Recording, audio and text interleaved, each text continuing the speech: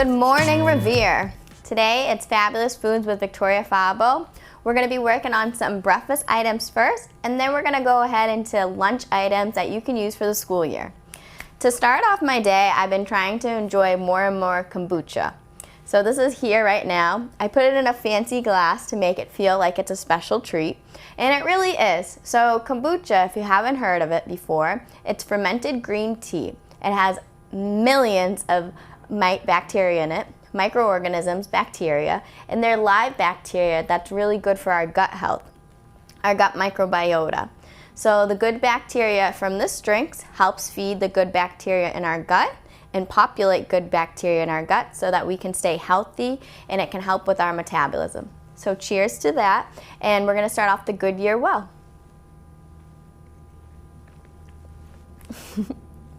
The thing about kombucha, for me, it really took me some time to actually enjoy it. It took me like 4 or 5 years of drinking like an ounce a day. It kind of snaps in my mouth. It kind of zips in my mouth. It's a bit tangy. It pops. So I didn't always enjoy that. Now I can drink about 16 ounces of it willingly and enjoyably. But I always tell people, start off slow, just do an ounce at a time. And there's so many new flavors now as well. So this one's guava that I'm trying. But do like a tasting with your friends. Get a 16-ounce bottle, pour an ounce out each, and then enjoy it and see what you like. And then that way you don't have to waste it if you didn't like it all, and you can keep trying different flavors. So keep trying that to start it. So kombucha is one way that you can enjoy your day. Another way that I like to spend my morning is with a smoothie. And you all know that I really enjoy smoothies pretty much every day. And I like to make a big batches so I can have them for at least 2 to 3 days without me having to redo them again, because life gets pretty busy, right? So today I'm gonna do one of my favorites. Okay, so let's go ahead and work on our morning smoothie. So my morning smoothie that I enjoy the most has peanut butter and chocolate milk in it. Now some people might be saying, well, Victoria, there's so much sugar in chocolate milk. And depending on the brand, there actually is. So I always recommend people looking at the back of the nutrition label boxes to see exactly how much added sugar is added into your beverage or anything that you're consuming, right? And there's different kind of milks that are out there, or milk with a Y, right? So I have almond milk and I have coconut milk. And so what I think is really important is looking at the nutrition label. So when I'm drinking milk, a really big component I'm looking for is protein, right? So cow's milk has 8 grams of protein in the United States, and that's important. When we're thinking about almond milk or coconut milk, there really isn't a great protein source. So almond milk typically only has 2 grams of protein, right? So over here we can see protein. So this actually says 1 gram of protein. So again, depending on the brand, coconut milk has 0 grams of protein, right? So if you think you're drinking it because it's going to be a great protein source, not the best solution. And then at times you think of milk, it has vitamin D and calcium. Again, depending on the brand, vitamin D may or may not be added to the product. And in order for calcium to be absorbed into our bodies, we need vitamin D to be there and present in our body for our body to metabolize calcium. Okay, so it's a lot to digest. So what's really important is if in the nutrition label it says vitamin D, there's some percentage of vitamin D in the product, then that's great, because then you'll know you'll be able to absorb the calcium that's also in the product. So for this one, there's also vitamin D, which is great, and there's calcium. So at least you know that the vitamin D and the calcium will be absorbed. So that's great. Always think about what sugar you're going to be adding to your product. So we're going to go ahead and add the chocolate milk in. And again, sometimes the brands might be 10 or 20 grams of added sugar. So it's something you want to be mindful of when we're looking at things. All right, now yogurt. Yogurt is another great thing, like kombucha. There's microorganisms, bacteria in there, right? Live good bacteria that help populate the good bacteria in our gut. And I will refer to that because it helps with bloating, digestive issues, right? It really helps keeps our body moving well and circulating great. So I always try to add as much yogurt into my products as I can. And some of our lunch items will have it as well. Also with yogurt, it's also a great source of protein. There's 17 grams of protein. So if you're somebody who needs to add a little bit extra protein in your diet, just having a scoop or a cup of yogurt is really a great source of protein.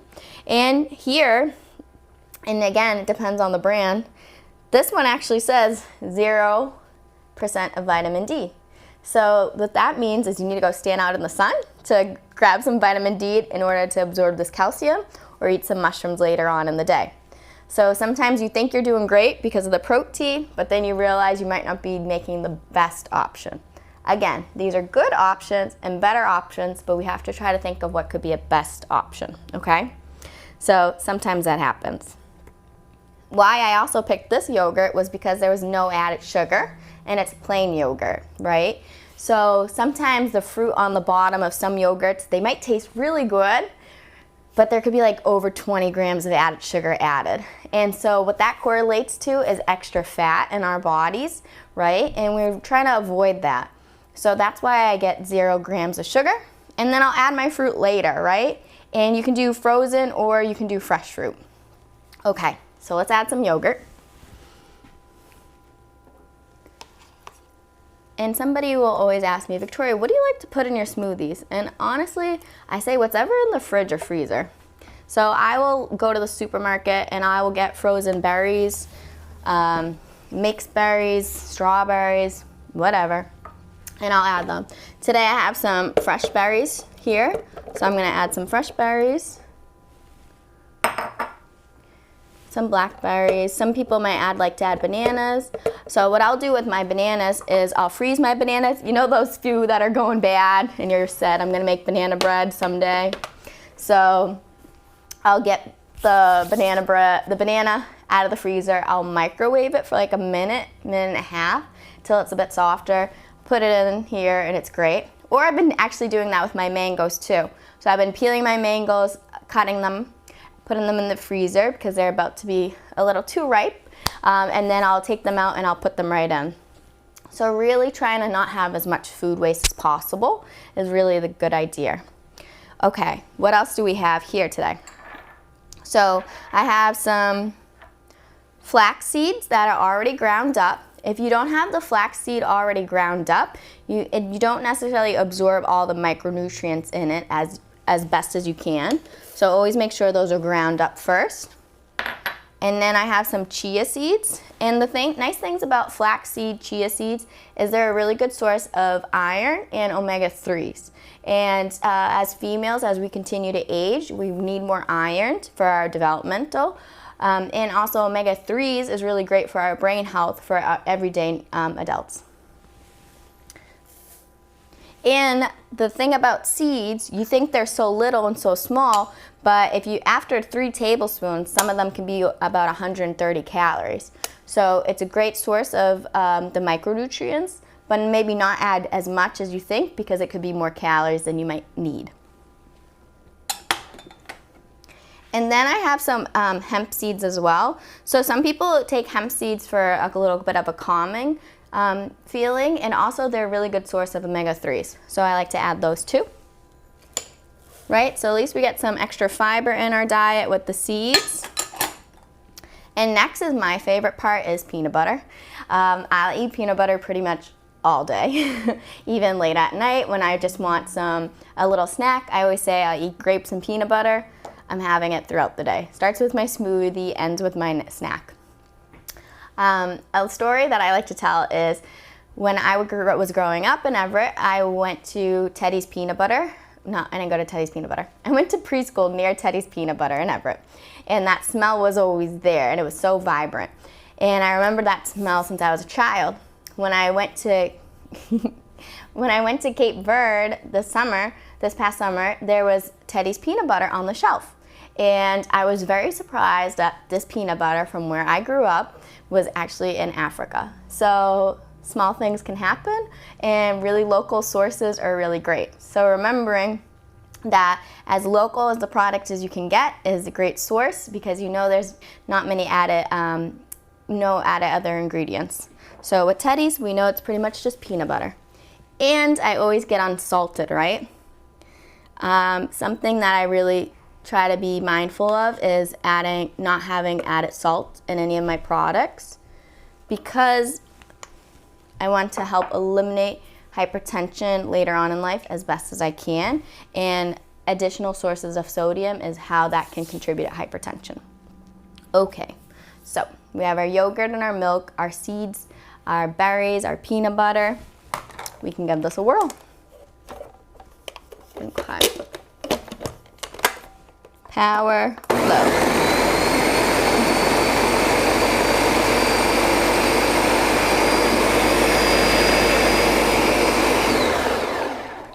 Okay. Here we go. And I love the fact about smoothies is all the colors. At least you know if it's bright and colorful and vibrant, then you're actually eating something really well. So I would scrape the container completely too to make sure you're getting all the ingredients. See how they're still there stuck? But for right now, I'm gonna pour it in here and we are done. So a thing I like to do is, there's still some smoothie in here left. You can keep it in this container and put it in the fridge that way, or if you have multiple cups, you can go ahead and pour them out and they're ready to go. The thing about smoothies and adding seeds, we are kind of making a sort of a pudding. Because of the seeds will thicken with the milk that's been added, milk and yogurt that's been added. So that will be ready to go. Okay, so smoothie's done. So this is really easy. You can have the kids help you too. They can wash the fruit out for you. They can help measure things out, make the smoothie, and then everybody has a smoothie ready to go in the morning. Okay, so I'm gonna pop these in the fridge and then we can get working on our next one. Okay, another breakfast item that I like to make is overnight oats. Overnight oats are a great whole grain that we can use first thing in the morning. So oats, we're gonna add some milk. If you want some lactated milk, that works too, whatever might be best for you. Some maple syrup to get some sweetness. And then I do a little pinch of cinnamon, if you'd like. If not, no worries.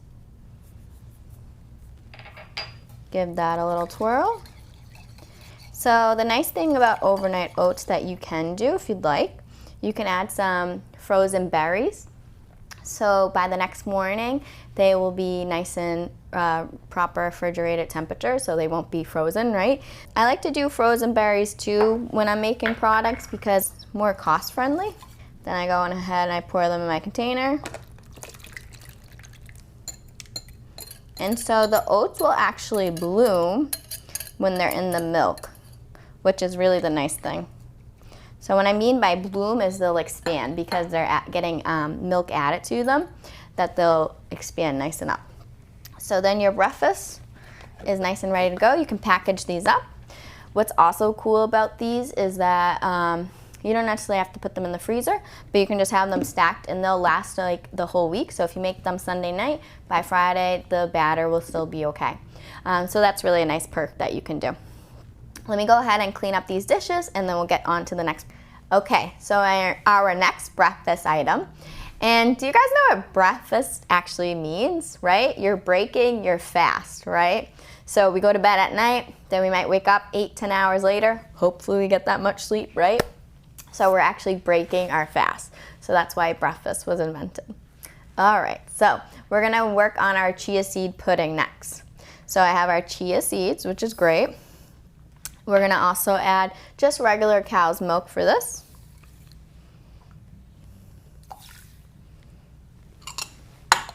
We're gonna add some yogurt. So again, we're gonna have some good bacteria in here. And the really great thing about having these items have milk and yogurt in them is to help prevent osteoporosis and osteopenia, right? And it's something that we want to prevent. So the milk, the yogurt's in here, chia seeds. Kind of break up that yogurt and then give it a little tap in. And then you'll just see that, not that it looks like little ants, because we don't want to refer food to bugs, but kids might think of it that way. So you'll just let them know there are no bugs, they're actually just chia seeds and they're really good whole grain, right? Okay, so that's mixed all together. And I love adding maple syrup to things to make them sweet. You might also like to add honey. My local library sells local honey, so you might be able to do that. Okay. So cutely measured out portion so you know you're not overeating or anything. And then by tomorrow morning, this will be nice and gelatinized, right? The chia seeds really make this a pudding-like texture. So you'll be able to easily just put berries on top. You can put granola on top. Oops, one run away. And you can really make sure that you're getting as much fruit in your day as possible and enough fiber. So it doesn't just have to be blueberries. It can be some bananas. You can do cinnamon apples. You can do different flavors. And again, packaging it up, and you're ready to go for that breakfast item. We're gonna clean this all up and we'll come back for the next one. And if anybody ever has any thoughts of anything that we'd like to make next time, feel free to reach out and let me know, okay? All right, I'll clean this up, we'll be right back. Okay, so our last breakfast item, but also can be our lunch item, right? Just our classic peanut butter and jelly. A lot of people take this for granted, but it's one of the cheapest breakfasts that we can hopefully find and produce. And the best part about it, you put it in a bag and you can throw it in the freezer. So you can have a couple made up in the freezer already. And when you're just running out the door and you're like, oh my goodness, I forgot to make anything for breakfast or lunch, you have peanut butter and jelly to go. Out of the freezer, give it an hour, it's defrosted really quickly, right? And you have it ready to go. A nice thing about with the kids is if they're playing so many sports, you know, at night, while they're watching TV. I used to do that when I was a kid. I would make lunches and watch Deal or No Deal with my parents. And I would make our lunches and then it was all done, ready to go, and I watched a little bit of TV. So you can incentivize the kids like that. They can still watch their programs and still be productive as well and do a chore. So just a simple peanut butter and jelly. The nice thing about PB&J too is you get protein from our peanut butter. But another thing, and I like to do big 2 tablespoon pours. Some people might be looking at my peanut butter and jelly and say, wow, that's a lot of peanut butter, Victoria. But one, I'm looking at it for a protein standpoint, and I really love the flavor. So I'm not very skimpy with peanut butter. And I know a lot of people may like a little bit less peanut butter than I'm suggesting, but to each their own. All right. But the nice thing about the bread is this bread actually has seeds in it. Bread, really, when you're looking at the package, you know, sometimes, even as us as kids, later on in life, I found out years later, the whole wheat bread we were consuming, you know, you think you're doing a good job because the product says whole wheat, and then you look at the ingredients later on, and necessarily whole wheat wasn't on there. And when you looked at the nutrition label, right? The nutrition label said less than 1 gram of fiber. When I found that out some years ago, I was really disappointed because, again, you think you're doing a good job and then you find out you're not doing the best job. So the rule of thumb that I like to use when I'm looking for sliced bread and fiber content is if it says 3 grams of fiber or more. If it doesn't say 3 grams of fiber or more per slice, then I really don't think it's the best option. So just trying to use that when you're going out shopping and finding out bread that you want. And I like to cut my sandwiches down the not down the middle, diagonal. That's how my grandmother used to do it for me. So that's how I like to do it.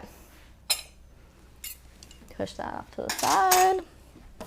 And I grabbed these reusable baggies for this school year. I thought it would be a little bit easier for me and try to be a little bit more green in theory.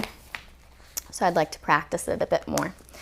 So at least now you have your breakfast or lunch ready to go, and you can pop it in the freezer. The nice thing about having breakfast or an item for breakfast or lunch is that you can have a snack with it too, right? So because we only have protein and we have bread and we have jam, which is pretty much sugar, I try to get a local jam as best as I can and whenever I go to a little shop in my town or any shops near you, right? I just try to find a local jam that says in Massachusetts made, and I grab that. And I like to eat dates as my little pick-me-up snack. Around 10 o'clock, I always get a little fatigued sometimes. So a really quick item with good fiber is dates. So dates is good fiber. There is sugar in it, so sometimes people might be concerned that fruit has too much sugar. Fruit is a natural sugar, right? Fructose. So it is great when you're eating it slowly throughout the day. So a serving size for dates is 2 or 3 dates. So if you have it already portioned out, ready to go in a container, then you can snack on that when you're feeling a little fatigued. That natural sugar will boost you back up and you'll really be able to enjoy your day. I hope you guys like these quick, fun breakfast items. When we come back, we'll be working on some lunch items. I'll see you in a bit, okay? Welcome back, guys. Now, good afternoon. Here is our lunch ideas for the school year. First, we're gonna start off with a different version of tuna salad. So at my house growing up, we used to always do tuna with mayonnaise, salt and pepper, and call it a day. Now I've been trying to do tuna with some yogurt. So tuna in itself, really making sure when you're buying tuna in the can that the tuna comes from olive oil or oil in the can. When the tuna in the can is with the water, that process is removing the fat-soluble vitamins, like omega-3, from the fish right out of it. So you really want to make sure that you keep the oil in the can as much as possible. Well, at least when you purchase it, make sure it says oil with the tuna. So I'm gonna add that right in. Then like I said, I've been adding yogurt. Yogurt really, it does wonders. It doesn't really taste unpleasant, and it actually makes it taste good when you're eating it with tuna. Or I've done yogurt in on my quesadillas and tacos, and you think it would taste a little weird, but it tastes really much like sour cream. All right, now I have some fresh dill.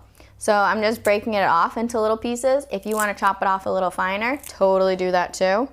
I don't need all this much, but I could if I want it to taste it more dilly. So I'm just gonna break it off with my fingers. Again, you can definitely make it finer by chopping it up more. Same with parsley. I'm gonna add some parsley leaves. I just wrap it up in a ball and I press it with my fingers. I used to see my grandmother do it, so sometimes I like to copying her, especially in the school year. When I was getting ready for school, my grandmother used to help out a lot at my house. So try to think of little things that are nostalgic that remind me of her. So just using a fork and go ahead and press it together.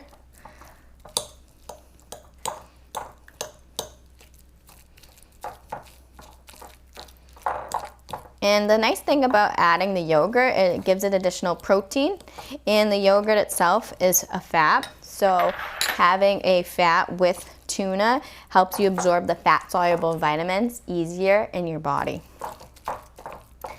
And instead of mayonnaise, which isn't always the best fat, right, that's being used, fat meaning like an oil, it's not always the best option because it's more saturated in fat. So using yogurt can be a better solution. Again, just trying to think of like the best solution. Sometimes, again, we think we're doing a good choice, even did it today, and then realize, well, next time I can make a better choice, right? So this little tuna salad is done, ready to go. Something that I want to show today was different salad versions. You could have salad with a little divider with the plastic container, or one with just straight up. So I got spring mix and spinach combined. I really try to remind people, why are we eating green leafy vegetables? It's not really to make somebody feel unpleasant about eating them. It's really because of the folic acid with it, right? There's a lot of micronutrients in vitamin greens. So folic acid, I always like to remind people that are reproductive age, right? Folic acid is really important for reproductive health in order to ensure you're having the best babies, or, you know, doing your best possible to make the best baby. You really want a lot of folic acid. So always a reminder, adding green to anything. Add spinach to your sandwich, add spring mix to your meat, anything, really. Add spinach to your meatloaf or something like that, really to make it more enticing. But a lovely reminder that I might as well just say now, when we're eating salad, a lot of people say, oh, I don't want the salad dressing. I don't want that extra calories. I really don't recommend that for reasons, because olive oil is an extra virgin olive oil, is a monounsaturated fat. So that's one of our healthier fats. I also have balsamic vinegar in here, dried basil, and dried parsley. So I made my own little house salad dressing. The olive oil helps with the green leafy vegetables absorb the fat-soluble vitamins from here, right? So it's really important to have some oil with your salad in order to absorb the micronutrients. Again, if you eat it without oil, you're getting good fiber content from the salad itself, which is good, but to me, our better option is to add a little bit of oil with it so that we're actually absorbing the fat-soluble vitamins. All right, so again, I have this little salad dressing ready to go. You can keep this in your fridge. You can keep it in your bag, lunch bag, ready to go, whatever is best for you. Okay, so different ways we can top our salad. Everybody always asks me like, oh, what might you put on a salad, Victoria, that you really enjoy? Anything. I always put in anything that's like leftover from the night before. If there's leftover swordfish, salmon, burger, I've put it on. Okay, so let's just think about some of our protein options we can put on. So we have our tuna we made. I have some just boiled chickpeas. I have some hummus. Then you can always remember, you can make things flavorful without adding salt by adding some herbs, right? So we have dill and parsley, and it's always nice to add them to your salad so you get a different flavor. Something I like to remind people is that fruit can always be added to your salad too. So if you just want some extra fiber content, then go ahead and add some fruit. I love that. I really like the sweetness in my salad. To pair off with sweetness, I like some crunch. So I have pepita seeds, which are pumpkin seeds, and sunflower seeds. Again, really great additional source of fiber.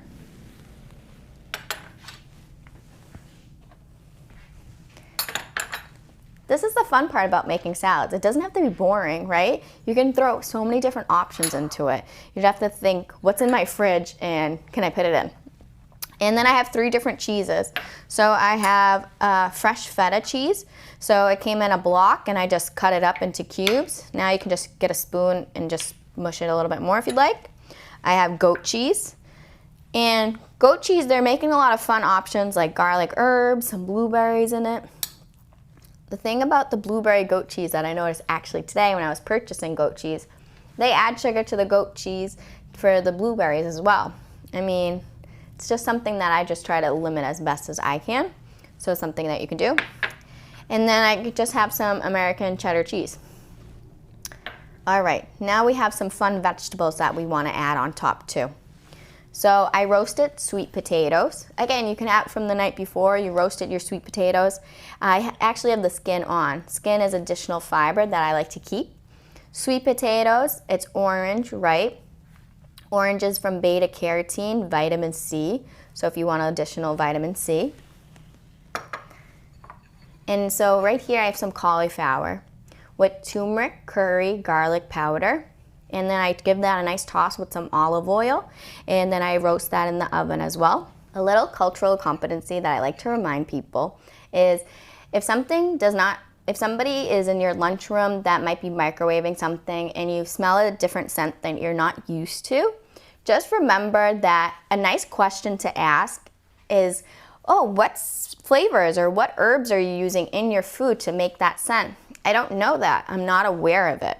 Right? It's really something that you need to educate yourself on because a lot of people use different herbs, flavors, and spices. And it's really, we're not aware of it. We don't necessarily know what it even tastes like, right? So we can't comment on it until we really know for sure what it is, right? So sometimes people may say in a negative connotation, oh, I don't like the smell of that. Well, let's just remind ourselves maybe we shouldn't verbalize that out loud. We should be more considerate of what other people have available at their house. And again, if we haven't tried something at least 15 times, we really don't know if we like something or not. So I really encourage people to try things with more turmeric and curry in them for anti-inflammatory properties. And it really makes our bodies really much better, right? When our body's inflamed, anybody, if you have a pain or an ache, that technically your body's inflamed. So an anti-inflammatory is turmeric. So I really try to encourage anybody to add it on anything.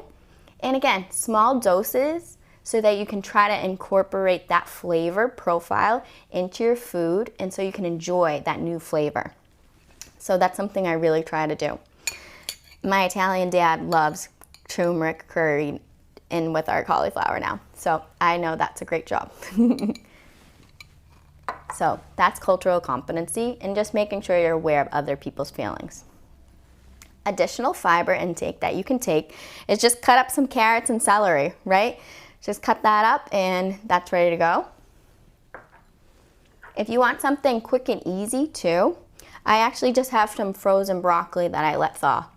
So sometimes if you're in a quick hurry and you only have spring mix, then go ahead and add frozen broccoli. You can add frozen peppers, onions, right? You can add frozen fruit and you can just let that defrost in the fridge overnight and your salad's ready to go, if that's a little more easier and more accessible for you.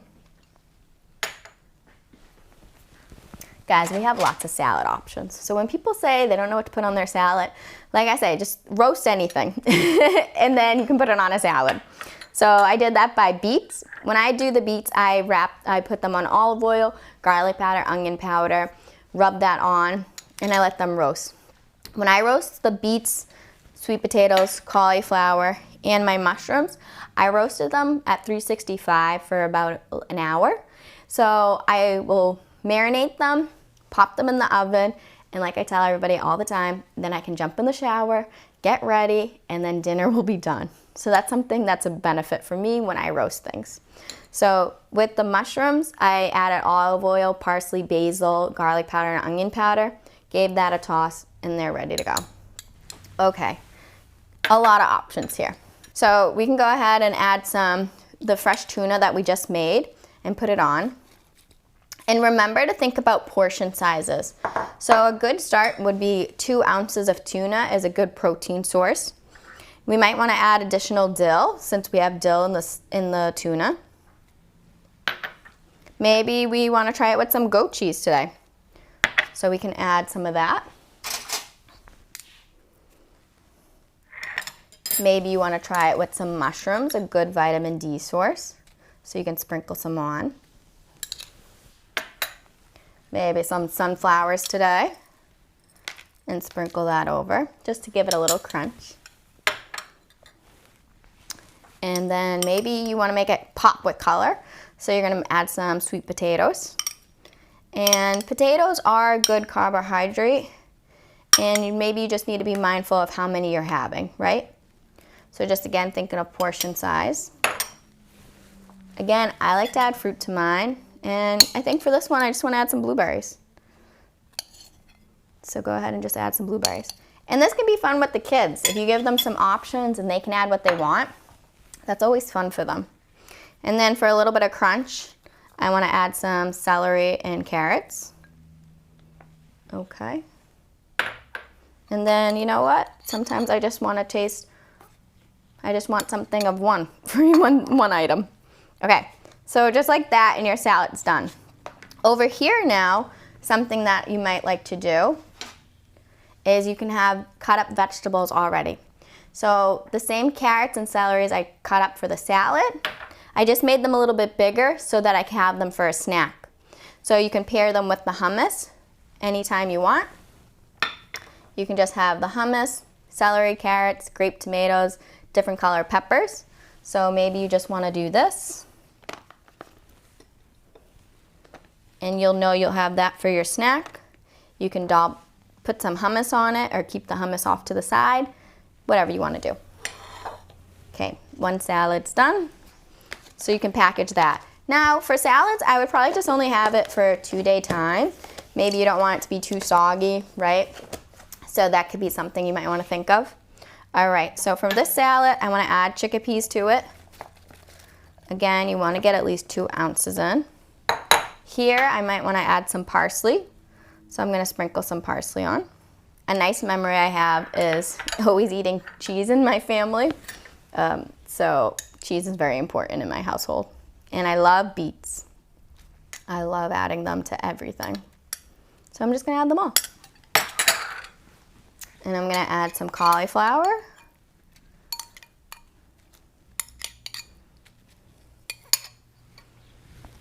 Some mushrooms. Let's add some pepita seeds. And it's really bright and colorful. Maybe we want some broccoli.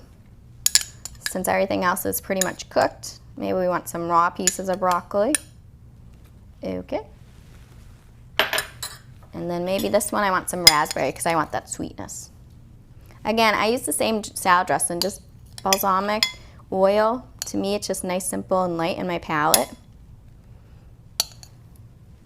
Voila. Okay, so that salad's done too. Again, package it off and you're done. Now, something fun that you can think about is, since we had salads already done, maybe you want to make a sandwich. So I'm using the same bread, over 3 grams of fiber. I'm gonna add some hummus. Whoop. Put that on. Maybe a little bit more. Again, when I'm making sandwiches, I have a heavy hand with hummus, peanut butter, because I really enjoy them. Okay. Now let's add some spinach to it. Maybe some spring mix, whichever.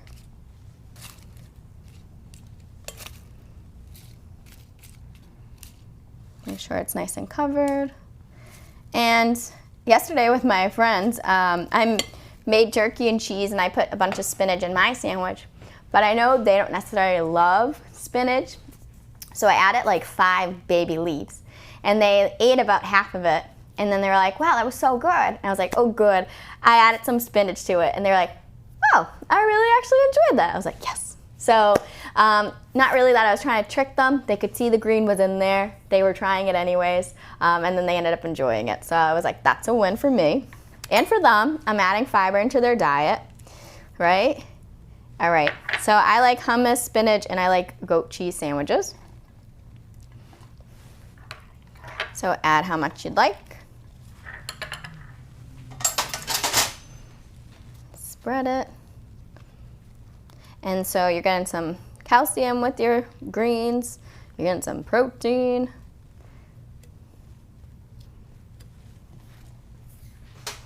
And then if you think you want to add anything else, maybe you want to try some with dill today. Who knows? Change it up. Make it fun. Okay. Add that here. Maybe if you want to add anything more, maybe we could add some mushrooms to it, right? That's the fun thing. If you make a bunch of vegetables just all at once, which I try to do on Monday or Sundays, and then you have different options. And if you can cook them all in the oven at the same time, which is actually what I did today when I made them, it kind of worked out. And again, cut it in half. Put it in your baggie, and it's ready to go, right? So that's really the fun part about making lunch for school or for work, right? You can bring what you want, and you can enjoy it when you want it. So that's something I like to do. I really hope you guys enjoyed these breakfast and lunch options for this upcoming school year. And I really hope you have a successful year. And I really hope if you have any questions or think of anything, feel free to reach out to me and let me know. And I hope you guys have a great day. Thank you. Bye.